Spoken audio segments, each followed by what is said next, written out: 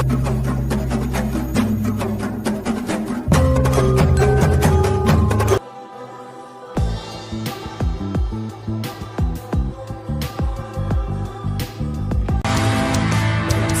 sumpah bersama. Om Swastiastu, Om Awignam Astu Namo Sidam, Om Anubhadra Kratawi Yantu Iswata. Puja dan puji syukur kita aturkan ing ngarsanipun Ide Sang Hyang Widiwasa, yang mana telah melimpahkan waranugrahanya kepada kita semua. Di sini saya akan membawakan presentasi tentang filsafat modern, yaitu John Locke. Apakah kalian sudah tahu siapa itu John Locke? Baik, kita akan kupas satu persatu dari filsafat. Baik, kita akan langsung ke tokoh filsafat modernnya, yaitu John Locke. Baik, di sini saya akan membahas tentang riwayat hidup John Locke, ide filosofis, aliran filsafat, kritik terhadap pemikiran, relevansi ide filosofis dalam agama Hindu. Riwayat hidup John Locke.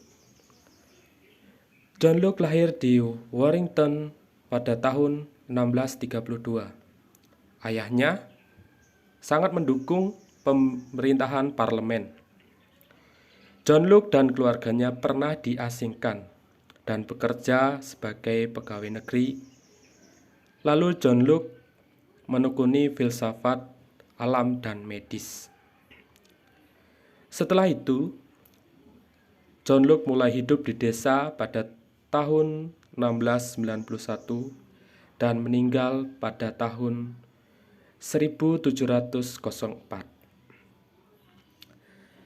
Aliran filsafat John Locke. Tokoh pembawa gerbong aliran empiris dalam filsafat. John Locke ini memiliki aliran filsafat empiris yang pengetahuannya didasari oleh pengalaman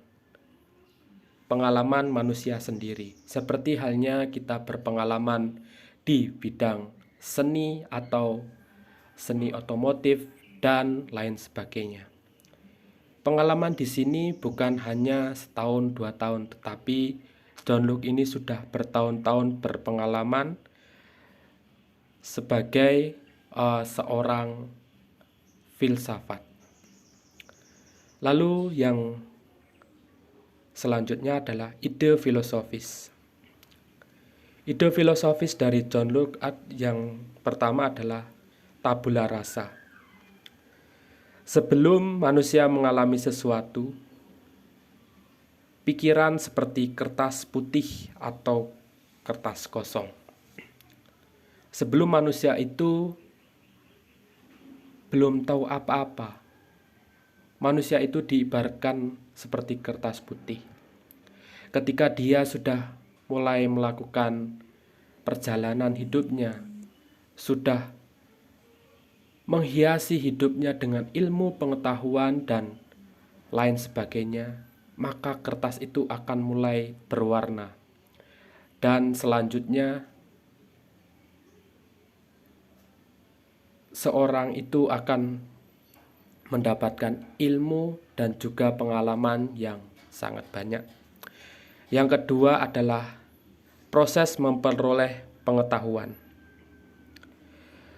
Pengetahuan di sini berdasarkan pengalaman indria atau pengamatan.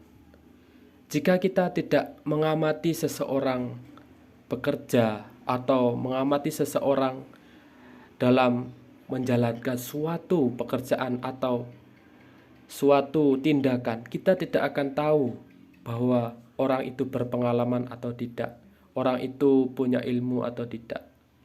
Maka dari itu, John Locke di sini selalu melakukan pengamatan melalui indria, yang salah satunya yaitu mata, telinga, dan dia sendiri terjun dalam pekerjaan tersebut.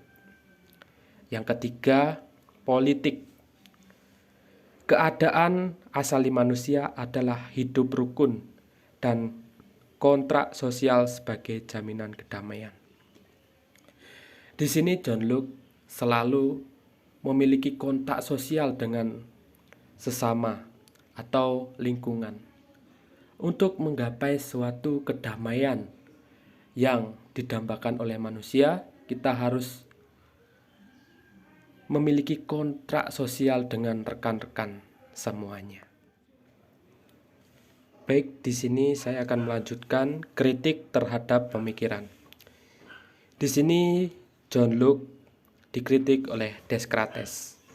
Descartes memiliki pemikiran seperti ini. Pikiran ada sejak manusia lahir. Ide ada sebelum pengalaman.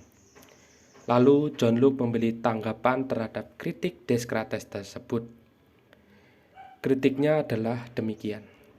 Pengetahuan tidak akan diperoleh tanpa pengalaman.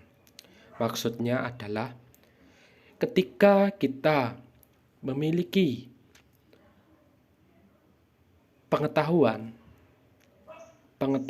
itu tidak akan dimiliki tanpa adanya pengalaman. Jadi kita harus terjun dulu di halayak ramai ketika kita ingin tahu orang yang bertani itu rasanya seperti apa. Kita harus terjun sebagai seorang petani. Ketika kita ingin menjadi orang sukses atau pengusaha, kita harus terjun di dunia usaha. Karena pengetahuan itu membutuhkan sebuah pengalaman. Dan John Locke itu adalah pemikir yang sangat kritis, di mana beliau selalu menyeimbangkan antara pengetahuan dan pengalaman yang dia miliki.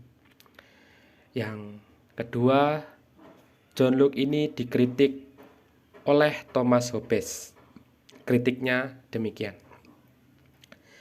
Keadaan asali manusia adalah berperang.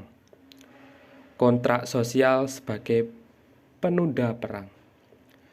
Lalu John Locke menanggapi kritik dari Thomas Hobbes itu demikian. Keadaan asali manusia adalah hidup rukun.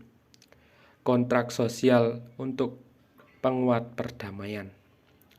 Jadi di sini John Locke itu adalah seseorang yang cinta damai, tidak ingin keributan, tidak ingin ada pertumpahan darah. Walaupun sebuah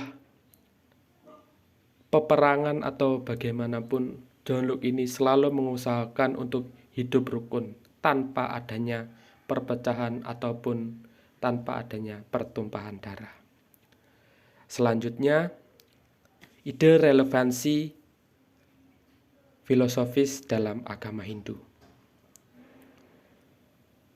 Dalam pemikiran John Locke, hak asali manusia yaitu hidup rukun bermasyarakat.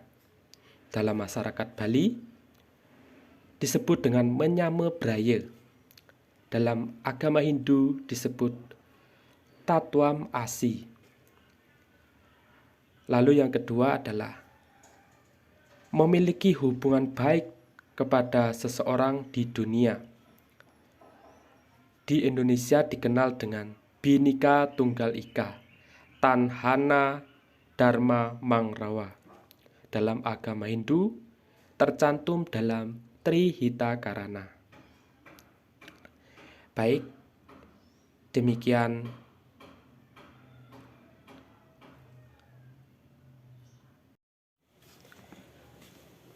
demikianlah pemaparan tentang filsafat John Locke, yaitu filsafat modern. Pengetahuan itu sangatlah penting, seperti halnya tercantum dalam Bhagavad Gita Adhyaya 4 Sloka 33 yang berbunyi demikian. Sreya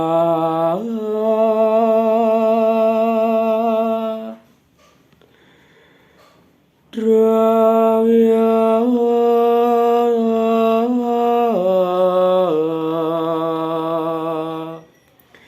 mayat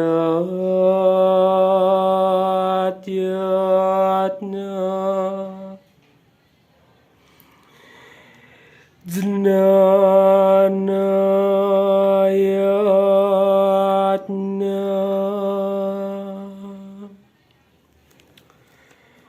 param tapa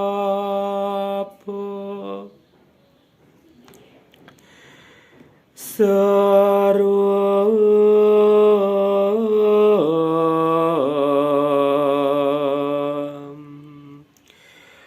karma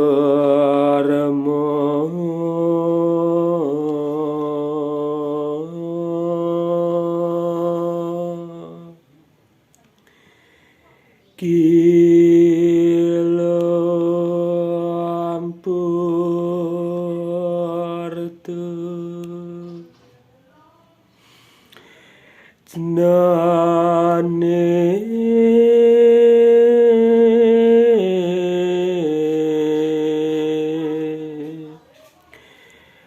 parisama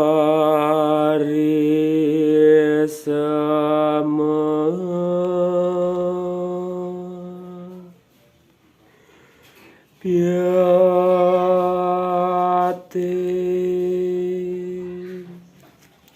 yang artinya demikian.